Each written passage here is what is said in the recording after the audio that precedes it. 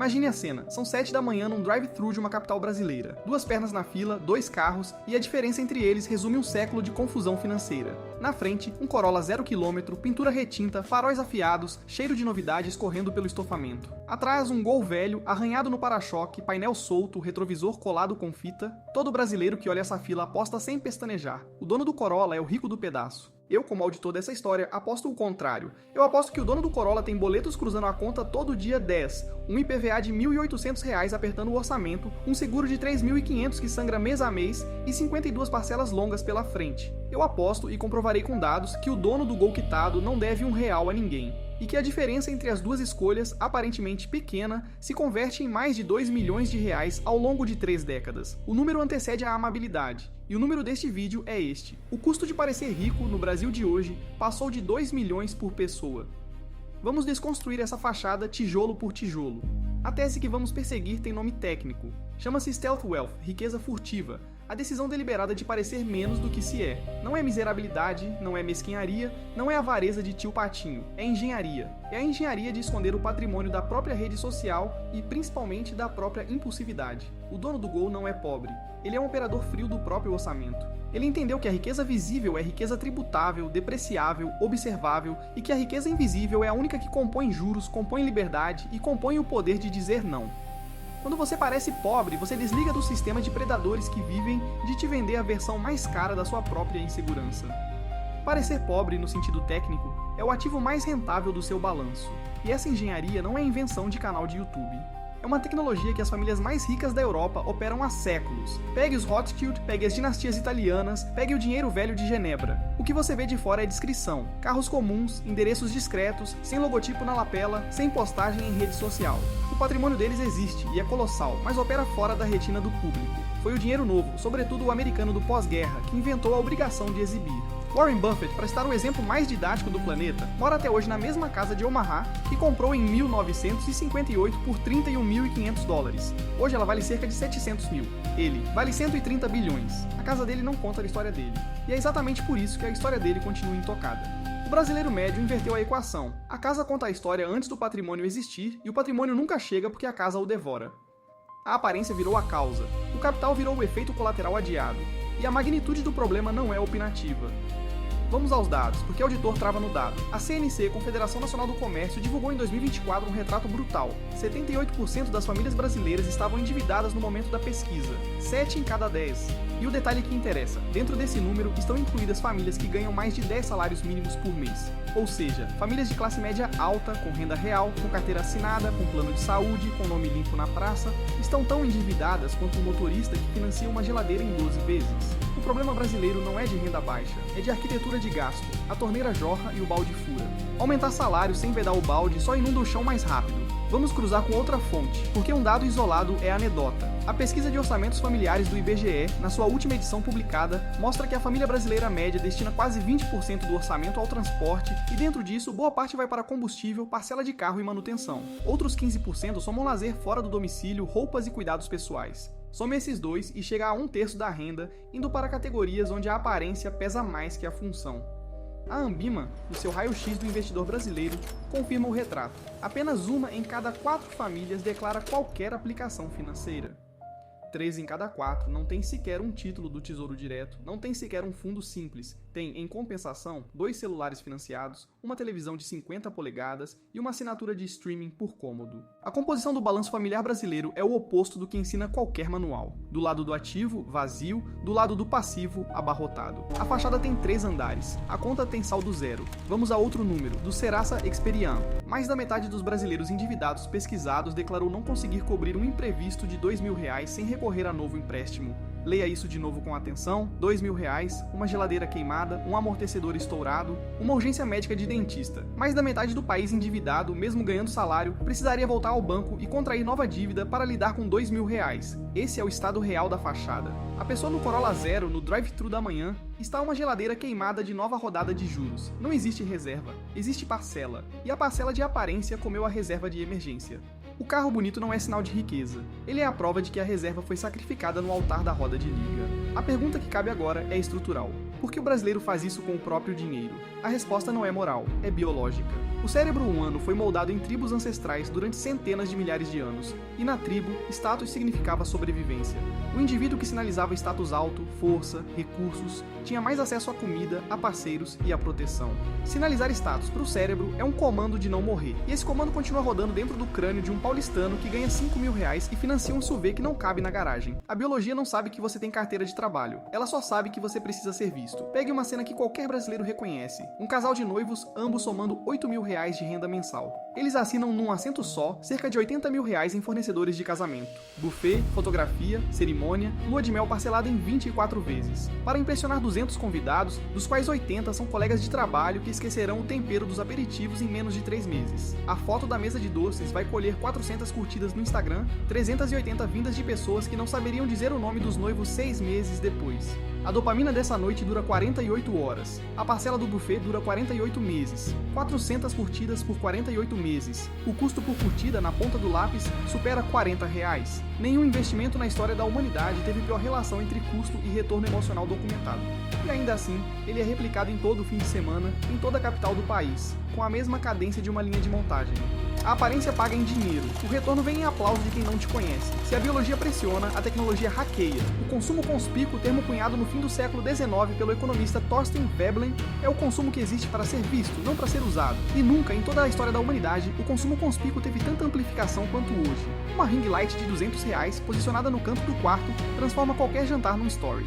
O Instagram não inventou o exibicionismo, mas o industrializou. Cada novo seguidor virou um microinvestimento na sua própria fachada. O custo do status, que antes era regional e limitado ao bairro, agora compete com o mundo inteiro, 24 horas por dia, 7 dias por semana. E o mecanismo mais perverso dessa engenharia chama-se adaptação hedônica. A euforia do carro novo, estudos de psicologia comportamental mostram, dura em média 2 meses, 8 semanas de dopamina. Depois disso, o Corolla deixa de ser novidade e passa a ser só mais um carro no trânsito. Mas essa parcela que assina no contrato, não dura 2 meses, dura 60 meses. 5 anos de sangramento mensal pela mesma emoção que já evaporou. E no fim desses 2 meses, o cérebro, vazio de dopamina, sai atrás da próxima injeção. Um tênis novo, uma viagem nova, um celular novo. A esteira ergométrica do consumo nunca desliga. Você corre e não se move. Vamos fazer a auditoria matemática do maior símbolo de status do brasileiro, que é o carro. Dados da Fenabrave cruzados com o Banco Central mostram que a parcela típica de um financiamento de veículo popular no Brasil oscila entre R$1.500 e R$4.500 por mês. 1.500 piso, 4.500 teto. E isso é só a parcela. Não inclui IPVA, que corrige anualmente sobre o valor venal. Não inclui seguro obrigatório e facultativo. Não inclui combustível, que subiu mais que a inflação. Não inclui manutenção, revisão de concessionária, peças originais, troca de óleo a cada 10.000 quilômetros. A parcela é a ponta do iceberg. O iceberg inteiro, somado, come entre 20% e 30% da renda mensal de uma família de classe média brasileira, pelo privilégio de um bem que perde valor, porque o carro não é ativo, o carro é passivo. Depreciação é o nome técnico. Um carro popular perde, em média, 25% do valor no primeiro ano de uso, 25% evaporado em 12 meses. Pegue um carro de R$120.000. No fim do primeiro ano, ele vale 90 mil. No fim do quinto ano, segundo tabelas de depreciação de mercado, ele vale 54 mil. Perdeu 66 mil reais em 5 anos. 55% do capital dissolvido, sem que ninguém o tenha aproveitado. É o único produto em que você assina um carnê de 60 meses para, ao final, possuir algo que vale menos da metade do que você pagou por ele. E aqui vem a conta que muda tudo. A conta que o auditado não quer ver. Custo de oportunidade. Se ao invés de assinar o carnê de R$1.500 pela parcela do carro, você mantivesse o velho Gol e investisse essa mesma quantia no índice de retorno real de 8% ao ano, acima da inflação, durante 30 anos, o resultado líquido, composto mês a mês, é de R$2.200.000. O carro zero não te custa a parcela. Ele te custa R$2.200.000 do seu próprio futuro. Ele é, provavelmente, o veículo mais caro do planeta. E o financiamento assinado sem cálculo é o maior roubo consentido que existe. Existe um nome para essa categoria de produto: bens de Veblen. O conceito, criado por aquela mesma Thorstein Veblen, que falava do consumo conspícuo, descreve bens que são desejados justamente porque são caros. Uma bolsa de R$12.000, um relógio de R$20.000, uma camiseta branca de R$1.500 com o logotipo bordado no peito que a fábrica produz por R$30. O bem não vale 12 mil pela utilidade, vale 12 mil pela comunicação social. Quem o compra está comprando o direito de enviar uma mensagem visual para estranhos no shopping.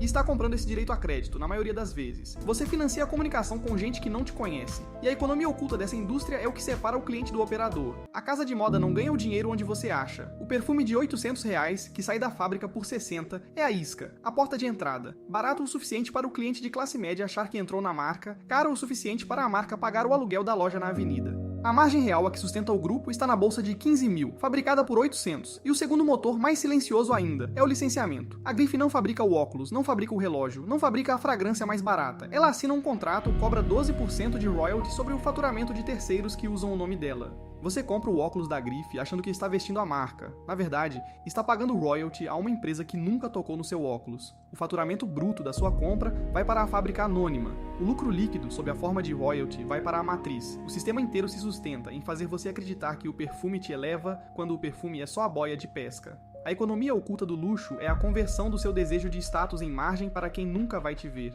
O cliente compra a fachada, a matriz embolsa o lucro líquido. E a engenharia que tornou isso massivamente viável tem nome curto e duro, cartão de crédito. O cartão democratizou a aparência de riqueza. Antes dele, ostentar exigia cash. Você precisava segurar no bolso, fisicamente, o dinheiro. O cartão destravou o freio moral do pagamento presente, transformou a dor em abstração. Você não entrega nota, entrega plástico. E devolve em 12 vezes diluídas numa fatura que, se parcelada com juros, embute 196% ao ano de custo total efetivo. A democratização da aparência operou-se para Ipaçu, com a democratização da falência pessoal. Vamos desconstruir o mercado de crédito brasileiro em 3 camadas. A primeira, o cartão de crédito, já vimos. A segunda, o CDC, o crédito direto ao consumidor, com aquele juro que parece menor porque vem embutido no preço à vista com desconto ilusório. Pegue uma loja que anuncia geladeira por 3 mil à vista ou 3.500 em 12 vezes. Os 500 de diferença não são desconto, são juro. A terceira camada, e a mais predatória de todas, é o crédito consignado. O estoque da modalidade passou de 250 bilhões de reais em 2024. E onde ele se concentra? Entre aposentados e pensionistas do INSS.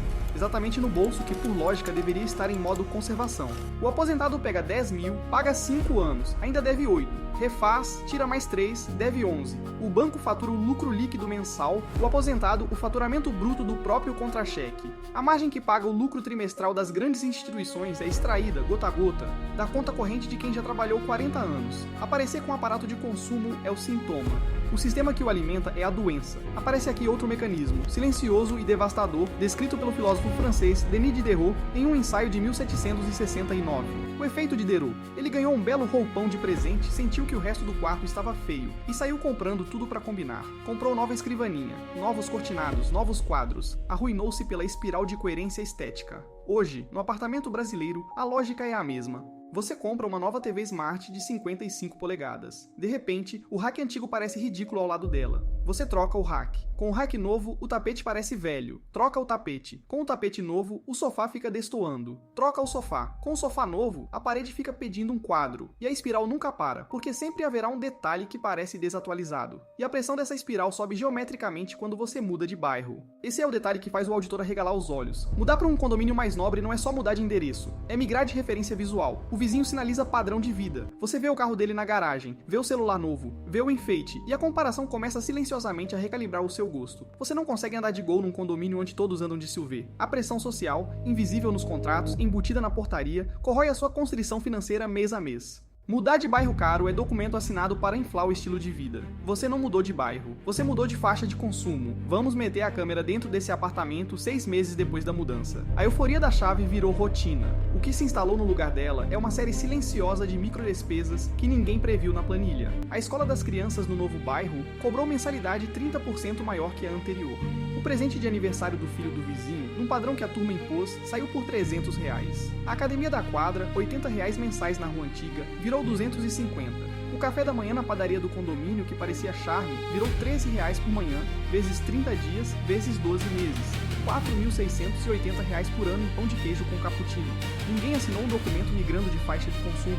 Cada item, isolado, parece irrelevante. Somado, virou uma segunda parcela de carro embutida no orçamento sem carnê visível. A inflação do estilo de vida não dá um choque, ela sussurra até virar o novo normal. Agora vamos para o ajuste de contas mais brutal do vídeo, o rotativo do cartão de crédito brasileiro. Número conhecido, mas sempre subestimado. A taxa de juros do rotativo, quando você não paga a fatura integralmente, no Brasil, está em torno de 15% ao mês. Em 12 meses, isso compõe a mais de 430% ao ano, mais de 4 vezes o capital emprestado, em um único ano de rolagem. Pegue uma dívida de R$5.000 que você deixou rolar no rotativo. Em 12 meses, sem tocar nenhum real, sem comprar nada novo, ela vira R$26.700. Em 12 meses, você não comprou nada, você só ficou paralisado. E o ciclo não para no rotativo, ele se reproduz no refinanciamento, o famoso refin. O aposentado pega 10 mil, paga 2 anos, ainda deve 7, refinancia, tira mais 3 para pagar uma despesa médica. A dívida volta para 11. Em mais 3 anos deve 10, refinancia de novo. Cada giro dessa roda adiciona um pouco mais ao estoque total da dívida das famílias brasileiras, que ultrapassou 750 bilhões em 2024. O banco do outro lado da mesa registra o lucro líquido trimestral, paga o dividendo ao acionista, recompra a própria ação.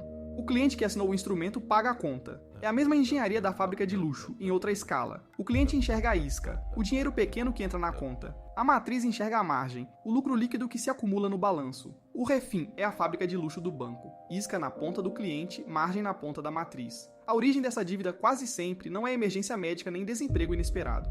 A origem é performance, é a viagem postada no Instagram. É o jantar postado no Story. É a roupa de marca usada 2 vezes e esquecida no armário. Pesquisa do mesmo Serasa, somada à econométrica do Banco Central, aponta que 48% da renda anual das famílias brasileiras está comprometida com dívida. Quase metade de tudo que você ganha no ano já está prometido a alguém. Você não trabalha para si, você trabalha para o banco. E o trabalho duro da sua vida, esse que consome 8 horas por dia e corrói sua coluna, está sendo operado para pagar o 55º dia de dopamina que já evaporou. Quem está realmente acumulando riqueza no Brasil, então? Vamos ao perfil real. Primeiro, milionários de primeira geração. Não falo de herdeiros, não falo de futebolistas, não falo de lotéricos. Falo do dono da mercearia, do dentista, do engenheiro, do pequeno empreendedor. Estudos sobre milionários brasileiros mostram um padrão. Moram em imóveis abaixo do que poderiam. Andam em carros comuns, não usam marcas giganteadas no peito e mantêm a maior parte do patrimônio fora da linha de visão social. Eles priorizam o número da conta de investimento sobre a opinião de estranhos na praça. Eles escolheram a invisibilidade como estratégia, e é exatamente por isso que ninguém copia, porque ninguém vê. Esse retrato não é brasileiro apenas, é universal. Thomas Stanley, na sua pesquisa de décadas com milionários americanos de primeira geração, publicada no fim dos anos 90, chegou a 7 traços comuns que resumem o operador frio do próprio orçamento. Primeiro, vivem bem abaixo do padrão que poderiam exibir. Segundo, destinam tempo sistemático à construção do patrimônio, não à gestão da aparência. Terceiro, priorizam independência financeira sobre status social. Quarto, seus pais não os subsidiaram. Quinto, criaram filhos economicamente autossuficientes. Sexto, identificam oportunidades de mercado que os vizinhos desprezam. Sétimo, escolheram ocupações compatíveis com essa estratégia. Curiosamente, o traço mais presente em mais de 8 em cada 10 entrevistados é o primeiro: viver abaixo do que se pode exigir, o contrário do que aparece na fachada. A maioria dos brasileiros, lendo essa lista, imagina que o milionário dirige importado. A maioria dos milionários, lendo essa mesma lista, dirige o equivalente local de um Corolla velho. O abismo entre o que se imagina e o que se faz é, literalmente, o abismo entre o faturamento bruto e o lucro líquido de uma vida. Luxo real, então, vamos redefinir. Luxo real não é logotipo. Luxo real é opção, é o poder de dizer não. Não ao trabalho tóxico, não à reunião que não te serve, não à oportunidade de mais parcela. Não a cobrança do chefe na sexta-feira à noite. Não a viagem de fachada com gente que não te gosta. Luxo real é dormir em paz no domingo à noite. Luxo real é ter 6 meses de despesa na reserva, prontos, líquidos, te permitindo respirar. Luxo real é não depender do sim de um gerente para cobrir R$2.000 de geladeira queimada. Isso que custa caro. O logotipo custa 15% ao mês. O logotipo é barato. A opção para obter custa décadas de constrição. Vamos para a desconstrução externa. Um estudo de caso de 2 caras, 2 caminhos. Lucas e Mariana. Mesma empresa, mesmo cargo, mesmo salário. R$4.800 por mês, R$57.600 por ano. 2 profissionais idênticos na planilha do RH. A diferença entre eles vai se materializar em patrimônio em 10 anos de mais de R$220 mil. E nada disso aparecerá na fachada. A fachada deles, ao longo de 10 anos, dirá exatamente o oposto da verdade financeira. Lucas optou pela fachada. Topou alugar apartamento nobre no centro, R$1.080 por mês, mais 80 de condomínio. Financiou o carro popular por R$1.600. Janta fora 3 vezes por semana. Salão, academia de chain, streaming em duplicata. No fim do mês, sobram R$100 na conta. Correto. Mas chega o 10º ano. Lucas recebeu 3 aumentos, agora ganha 7 mil. E o que ele tem mostrado nas redes é exatamente o oposto do que ele tem. Ele tem a fachada. Não tem patrimônio. Tem um carnê longo, um envelope de ansiedade no peito e uma conta que vive zerada. Ele ganhou mais, mas o estilo de vida inflou junto com a renda, na exata proporção. A torneira cresceu com o salário. O balde continua furado. Mariana optou pelo porão. Mora numa kitnet simples, R$450. Mantém o velho carro da família, sem parcelas. Cozinha em casa leva marmita. Cinema, eventualmente. A diferença de padrão de vida entre ela e Lucas, calculada linha a linha, resulta em cerca de R$ 1.200 por mês que ela investe. No 10º ano, com aportes mensais e juros compostos, Mariana acumula R$ 220 mil. Compra um carro à vista. Tem 6 meses de reserva de emergência. E principalmente tem paz. A tese final dela: o tamanho da torneira não importa se o balde tiver furos. Renda sem patrimônio é gargalo de água salgada. Projete a mesma planilha para 20 anos com a mesma lógica. Lucas, no ano 5, ganha 6 mil, tem 0 de patrimônio e uma dívida residual de 30 mil entre carro e cartão. No ano 10, 7 mil de salário, 0 de patrimônio, dívida de 40 mil. No ano 20, 9 mil de salário, ainda 0, dívida de 50. Olhando os 60 anos chegar sem reserva e sem plano. Mariana, no ano 5, 90 mil de patrimônio líquido. No ano 10, 220 mil. No ano 20, com aportes crescentes e juros compostos, cruza 1 milhão e 200 mil.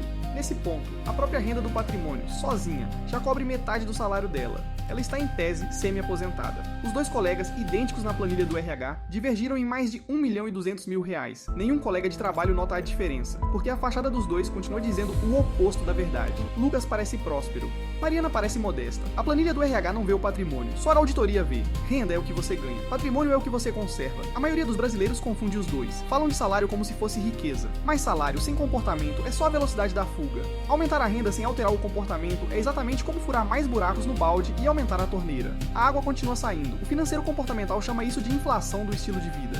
Cada aumento de salário, em vez de gerar poupança, gasta-se em apartamento maior, carro mais repuxado, viagem mais cara. A classe média alta brasileira é uma das campeãs mundiais de ganhar muito e guardar pouco, porque o ponto de partida do consumo sobe sem parar. Vamos para os 6 movimentos práticos. O primeiro, e mais decisivo, é separar aumento de renda de upgrade de estilo de vida. Você recebeu um aumento de R$1.000? Parabéns, assine embaixo. Nenhum real desse aumento vai para consumo. 0.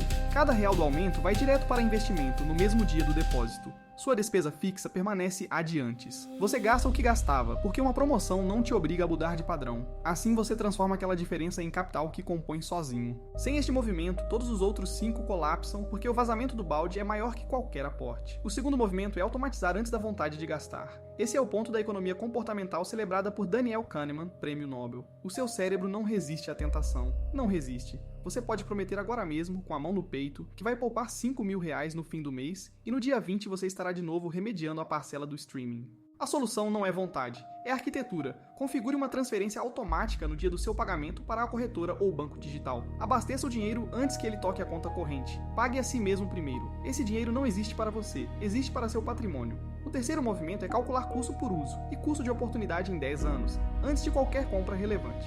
Um tênis de corrida de R$500, usado 200 vezes ao longo de 3 anos, custa R$2,50 por uso. É barato. Um tênis de 300 usado 4 vezes e guardado no armário custa R$75 por uso. É caro. Não é o preço que define se algo é caro. É a relação entre preço e frequência de uso real, não desejada. E antes de comprar, pergunte: quanto esse valor valeria em 10 anos investido a 8% real ao ano? O tênis de 500, em 10 anos investidos, valeria R$1.091. É o custo real embutido na etiqueta. O quarto movimento é testar antes de comprometer dinheiro sério. O cemitério de hobbies brasileiro é enorme. A bicicleta ergométrica que virou cabide. A prancha de stand-up paddle usada 2 vezes. O drone que você pilotou uma tarde. O teclado musical encaixotado. A solução: alugue ou pegue emprestado por 90 dias. 3 meses são suficientes para checar se a paixão pela bicicleta sobrevive além da dopamina da compra. Se, após os 90 dias, você ainda estiver usando todo dia, compre. Se tiver parado, você acabou de economizar R$2.000 por 500 de aluguel. É a auditoria do prazer. O quinto movimento é definir seu número da suficiência, cedo. A maioria dos brasileiros nunca calculou quanto precisa para viver bem. Sem esse número, o mercado definirá por você. E o mercado sempre moverá a linha de chegada mais longe. Você ganha 50 mil, diz que precisa 100. Ganha 100, diz que precisa 200. Ganha 200, diz que precisa meio milhão. A meta se move porque nunca foi ancorada em cálculo real. Sente.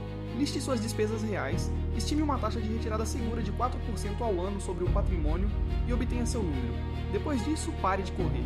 Esse é o ponto em que o lado financeiro converte em liberdade. O sexto, e possivelmente o mais subestimado, é silenciar ativamente a feed de comparação, desinstalar, deixar de seguir, mutar. Cada perfil de lifestyle que você acessa é uma micro-recalibração do seu desejo. Seu cérebro não consegue biologicamente não comparar, então remova a entrada dos dados. Pare de seguir contas que vendem resort, relógio, viagem intercontinental. Pare de ver o feed que hackeia sua dopamina.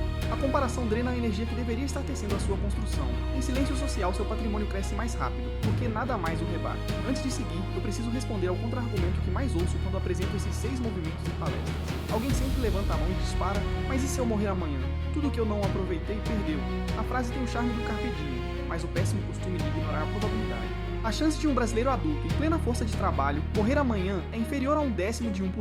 A chance de esse mesmo brasileiro estar vivo aos 65, sem reserva, sem plano, dependendo do Congresso para reajuste de benefício, é muito maior, superior a 80%. A expectativa de vida ao nascer no Brasil está em torno de 76 anos. A matemática atuarial não negocia. O cenário pessimista real não é morrer jovem, é viver velho sem dinheiro. Quem usa o morro amanhã para justificar um SUV financiado, na verdade, está apostando na probabilidade menor contra a maior, e ainda se convencendo de que é sensato. A vida real não é lema de camiseta, é conta de chegar aos 70 com dignidade. Esses 6 movimentos dependem, todos eles, de um fundamento anterior. Sem você entender juros compostos, sem você entender a diferença entre inflação e juros reais, sem entender o que é ativo e o que é passivo de verdade, nenhuma tática sobrevive ao primeiro mês de estresse. Você precisa de base.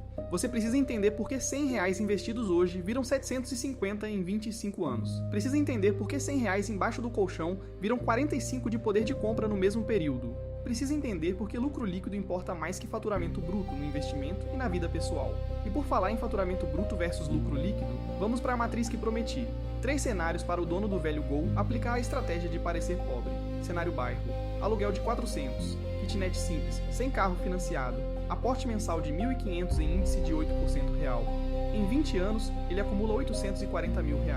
Lucro líquido limpo. Cenário avenida. Aluguel de 800, um compacto quitado, aporte de 900 por mês. Em 20 anos, acumula 580 mil. Cenário shopping. Aluguel de 1.500, SUV financiado, sem aporte. Em 20 anos, acumula 0, às vezes menos que 0. O faturamento bruto, no caso, é o salário igual dos 3. O que distingue o lucro líquido é só a arquitetura do gasto. Estique agora a mesma matriz para 30 anos e adicione a camada tributária, que é onde a faca costuma entrar escondida. No cenário bairro, o aporte mensal de 1.500 a 8% real vira cerca de 2.200.000. No cenário avenida, 900 por mês, viram 1.320.000. No cenário shopping, 0, e com rolagem de parcela no cartão, frequentemente saldo negativo. E agora vem um detalhe que o auditado sempre esquece: o imposto embutido. Em renda fixa, o imposto de renda come de 22,5% a 15% do rendimento, dependendo do prazo, mais o come-cotas semestral. Em dividendos de ações brasileiras, atualmente incide 0 na fonte para a pessoa física. Em fundos imobiliários, isenção até R$20 mil por mês. Não é a taxa que define o lucro líquido, é a arquitetura tributária do veículo. Quem escolhe só pela taxa nominal vende faturamento bruto. Quem escolhe pela arquitetura colhe lucro líquido. O dono do Gol que aloca bem paga menos imposto legalmente do que o dono do Corolla que aloca mal. A aparência paga imposto dobrado. Vamos para a guilhotina do payback agora. Um investidor comum, na renda variável brasileira, histórico do Ibovespa, consegue retorno real anual de 8% ao ano após inflação. Pegue um investidor que entrega 1.500 por mês nessa renda variável. Em 16 anos, ele já acumulou patrimônio suficiente para render 1.500 por mês em dividendos e juros. Ou seja, substituiu o próprio salário. Payback médio superior a 1 década e meia. Mas, crucialmente, o mesmo 1.500, jogado na renda fixa bancária tradicional, sobe apenas 2% real ao ano.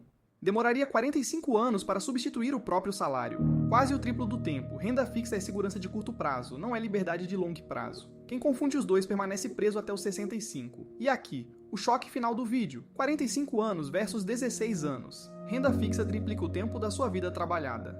Renda fixa é o argumento mais vendido pelo banco porque é o que mais rende ao banco. Mais de 2/3 do seu retorno ficam no intermediário, não no seu bolso. O banco empresta seu dinheiro a 15% ao mês e te paga 7% ao ano. Ele faz a margem, ele opera o lucro líquido, você fica o faturamento bruto. Quem quiser ser livre precisa entender que depender de renda fixa é escolher trabalhar mais décadas pelo mesmo patrimônio. Escolha renda variável, estudo e assuma a volatilidade. Volatilidade é o preço da liberdade antecipada. Voltemos ao drive-thru do início. O Gol velho, arranhado, de retrovisor colado. Aquele carrinho zombado pela sociedade, agora você enxerga diferente, eu espero. O dono dele, em silêncio, está aplicando aquele delta que separa ele do dono do Corolla. Está construindo um patrimônio que talvez chegue a 2 milhões ao longo de 3 décadas, está mais próximo de dizer não ao trabalho tóxico, está mais próximo de dormir em paz no domingo, está mais livre de fato do que qualquer outro da fila. A aparência dele não te diz nada. O número dele, esse sim, te conta a verdade. Riqueza real não é visível, riqueza real não gera curtidas, riqueza real não tem logotipo, não passa na praça exibindo carro, não paga lançamento no Instagram. Mas é a única riqueza que te chega em paz na segunda-feira. É a única que atende o seu telefone às 3 da manhã sem que você se desespere. É a única que permite que você escolha trabalhar porque quer e não porque boleto aperta. A riqueza real é ser, não é parecer. E é por isso que parecer pobre é tão importante. É o começo da sua riqueza furtiva. É o ponto de partida da sua verdadeira liberdade. Se você assistiu até aqui, você já é diferente da maioria. Isso não é elogio, é matemática. Você acabou de investir 35 minutos em compreensão, enquanto o vizinho financiou o bem que perde 10% ao sair da concessionária. Esse delta entre gastar tempo para entender e gastar boleto para aparecer é exatamente o delta que constrói milionários de primeira geração. Inscreva-se aqui no canal, ative o sininho e continue a auditoria nas notificações. Compartilhe esse vídeo com aquele seu conhecido que está financiando o SUV e recheado de boleto na carteira. Ele te agradecerá em 10 anos. E se você quiser a aula extra com os números de cada movimento desenhados numa planilha, comente abaixo a palavra pauta. Apareça e volte. Nós te vemos no próximo e que a riqueza furtiva te encontre.